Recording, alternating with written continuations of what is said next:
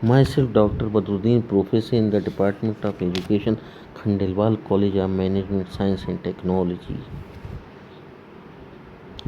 I am here to explain meaning and concept of learning.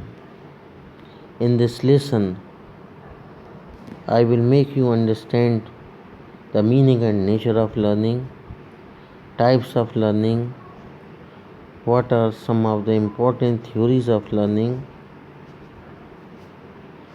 what are some of the important characteristic features of learning, and also the factors affecting learning. Now, come to the first thing, that is meaning and nature of learning.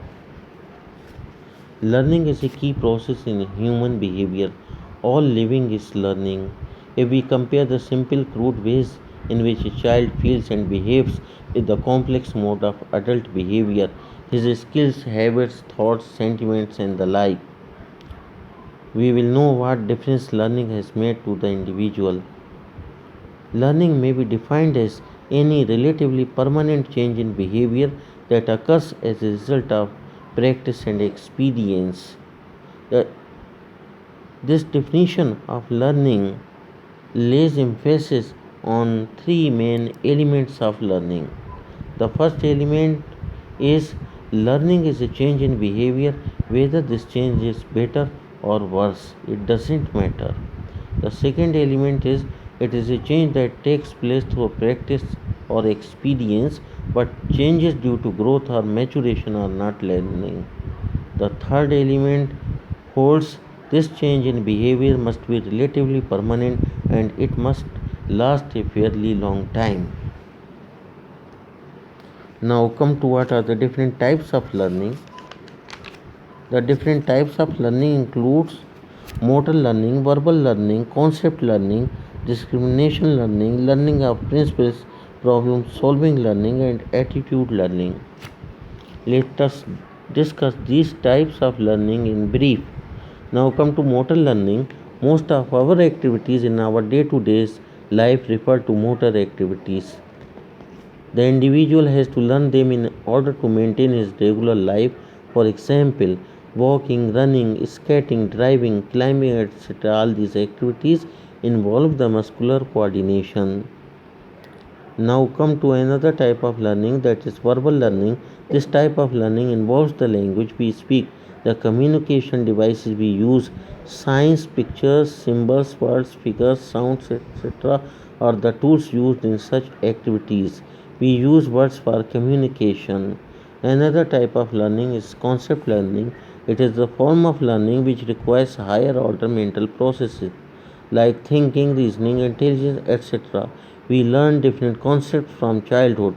For example, when we see a dog and attach the term dog, we learn that the word dog refers to a particular animal.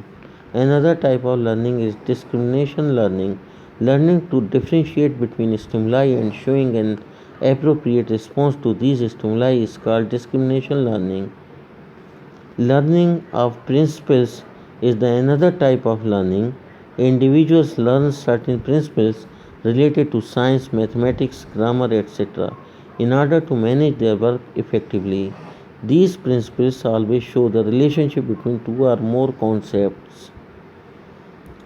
Another type of learning is problem solving learning. This is a higher order learning process. This learning requires the use of cognitive abilities such as thinking, reasoning, observation, imagination, generalization, etc. This is very useful to overcome difficult problems encountered by the people. The another type of learning is attitude learning. Attitude is a predisposition which determines and directs our behavior. We develop different attitude from our childhood about the people, objects, and everything we know. Our behavior may be positive or negative depending upon our attitudes. Now come to the theories of learning. The first and foremost theory of learning is trial and error theory of learning. This theory was developed by an American psychologist Thorndike. He argues that learning takes place through trial and error method. According to him, learning is a gradual process where the individual will make many attempts to learn. The essence of this theory is as the trials increase, the errors decrease. This is possible because of association formed between sense impressions and impulses to action.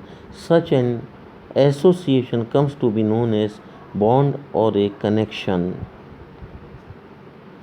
According to this theory, when an individual is placed in a new situation, he makes a number of random movements. Among them, those which are unsuccessful are eliminated and the successful ones are fixed. These random movements are not eliminated at once. In the first attempt, their number is very large. In the second attempt, the number of errors diminishes and the range of activity becomes narrower. Gradually, the individual learns to avoid unnecessary movements and reaches the goal.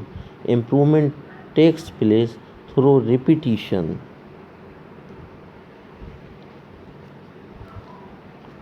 Another theory of learning is learning by conditioning.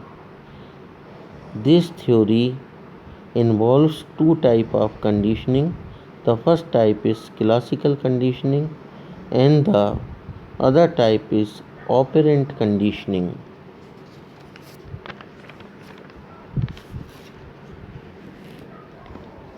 So far as classical conditioning is concerned, this method of conditioning got its name from the fact that it is a kind of learning situation that existed in the early classical experiments of Ivan P. Pavlov, the Russian psychologist who was awarded Nobel Prize in 1904 for his experiments.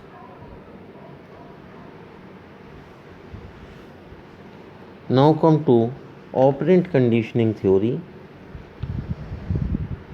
This method of conditioning was developed by an American psychologist B.Ed. Skinner.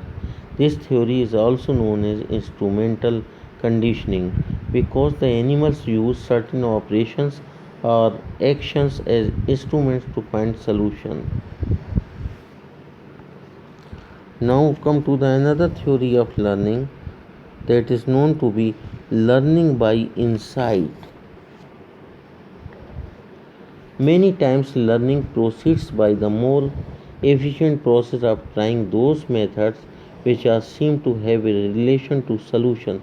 This is possible by understanding or perception of the situation. Learning by perceiving the relationship in the scene and understanding the situation is insightful learning. This theory was developed by a psychologist known as Wolfgang Kohler, who belonged to Gestalt school of psychology.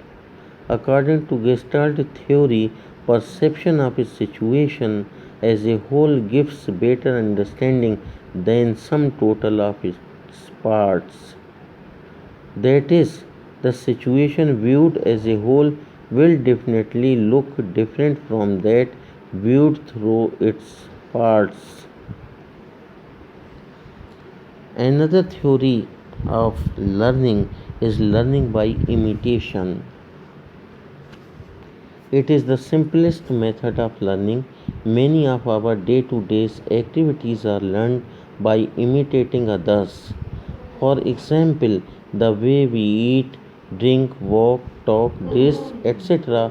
are all learnt by imitating others. We observe and watch what and how other people do certain activities and imitate them. Now come to the characteristics of learning.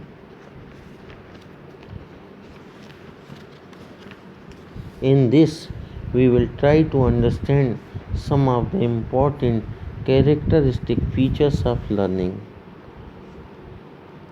The first and foremost characteristic feature of learning holds all living is learning. All living is learning, that is, the individual is in active relation with his environment. The second important characteristic of learning holds it results in change in behavior. We note a change in the planarian's response to the light.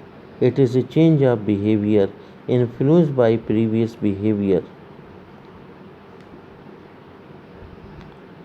Another characteristic feature of learning holds it comes about as a result of practice.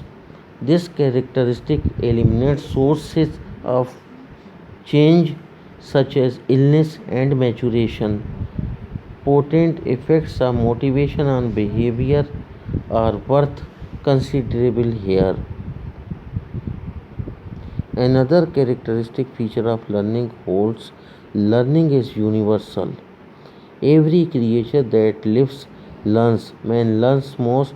Human children have the longest period of immaturity and helplessness, and hence the longer period for opportunity for learning.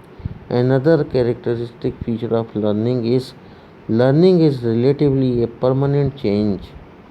After a rat wakes up from his nap, he still remembers the path to the food, even if we have been on a bicycle for years. In just a few minutes practice, we can be quite proficient again.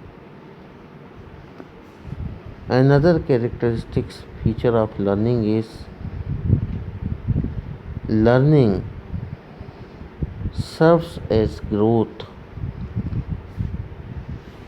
It is never ending growth. At each stage, the learner acquires new visions of his future growth and new ideals of achievement in the direction of his effort. Each achievement forms a basis of a fresh endeavor, and thus the constant urge of his soul to newer and higher ideals of work and achievement is progressively fulfilled.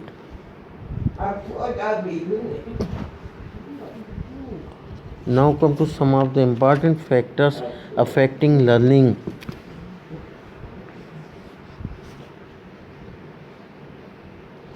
The factors which affect learning may be categorized into three categories: factors belonging to the learner, factors belonging to the teacher, and environmental factors. Factors belonging to the learner. Factors belonging to the learner include the child himself. Child is the pivot of any learning activity. All activities rotate around him, as the aim of education is all-round development of child's personality. From this point of view, the activity is based and carried on account of child's needs, interests, attitudes, aptitude, potentialities, capabilities, individuality, intelligence, etc. may be effective and of immense importance. The second factor is his intelligence. Intelligence has been found to be one of the main factors that influence learning. The proof for this factor is very commonly found in the classroom. The schools which are meant for children of average ability usually are not able to help a retarded child. The teacher does not have the time to spend on this child who needs more help than an average child. The next important factor is his age. The test of learning given to subjects of a wide range of ages have shown that learning efficiency increases with age to a certain extent, after which it stays stationary for some time and ultimately tends to decrease. This phenomena can be understood easily if we keep in mind the developmental curves. Another important feature belonging to learner is his will to learn. The will to learn is always labeled as a factor determining the amount of learning. It is believed that in order to be able to grasp and retain a certain material, the individual must have an inner urge to learn, a drive that can motivate him into learning. This motivation is determined by the interests, desires, and the purpose of a particular individual.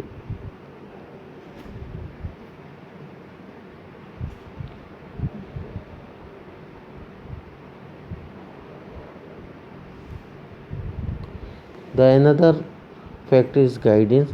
Usually, trial and error is considered to be the method of learning. When faced with a new task, an individual attempts it. In case it is a failure, he tries again, perhaps using a different technique this time. After a few trials and errors, he evolves the correct method of tackling the task. A teacher, through his guidance, can save his pupils a lot of frustration. He can help the child in making the right trials and avoiding the ones which would not yield any fruitful results. In the initial stages of learning, a limited amount of guidance can help the student avoid unnecessary errors. Another important factor is his educational background. Educational background of the learner is an important factor that affects his learning. A student may be backward from educational viewpoint as a general case or a specific one. Some of the students are weak in most of the objects while some students are weak in one or two particular subjects. Another important characteristic feature and factor affecting learning belonging to the learner is his motivation. Motivation is one of the basic principles for effective teaching because no purposeful learning can take place apart from it. The human mind cannot absorb knowledge like a sponge. In order to learn, a person must do some activity. The urge to activity shows itself along different instinctive tendencies. Another factor of the learner is attitude of the learner. Learning has ever been the chief activity of man. Each generation after something new to cultural heritage hands it down to succeeding generation. Favorable or positive attitude must to get success in any field of endeavor. Favorable attitude towards the job or work makes one more active and enthusiastic. Now come to the factors affecting learning, those belonging to the teacher. These, these factors include knowledge of the subject, teacher's behavior, knowledge of psychology, methods of teaching, knowledge of individual differences, personality of the teacher. Now come to the environmental factors. Environmental factors plays a great role in the development of the child. Child lives in a physical surrounding that is known as his environment. Environmental factors determine the nature of his learning. That's all.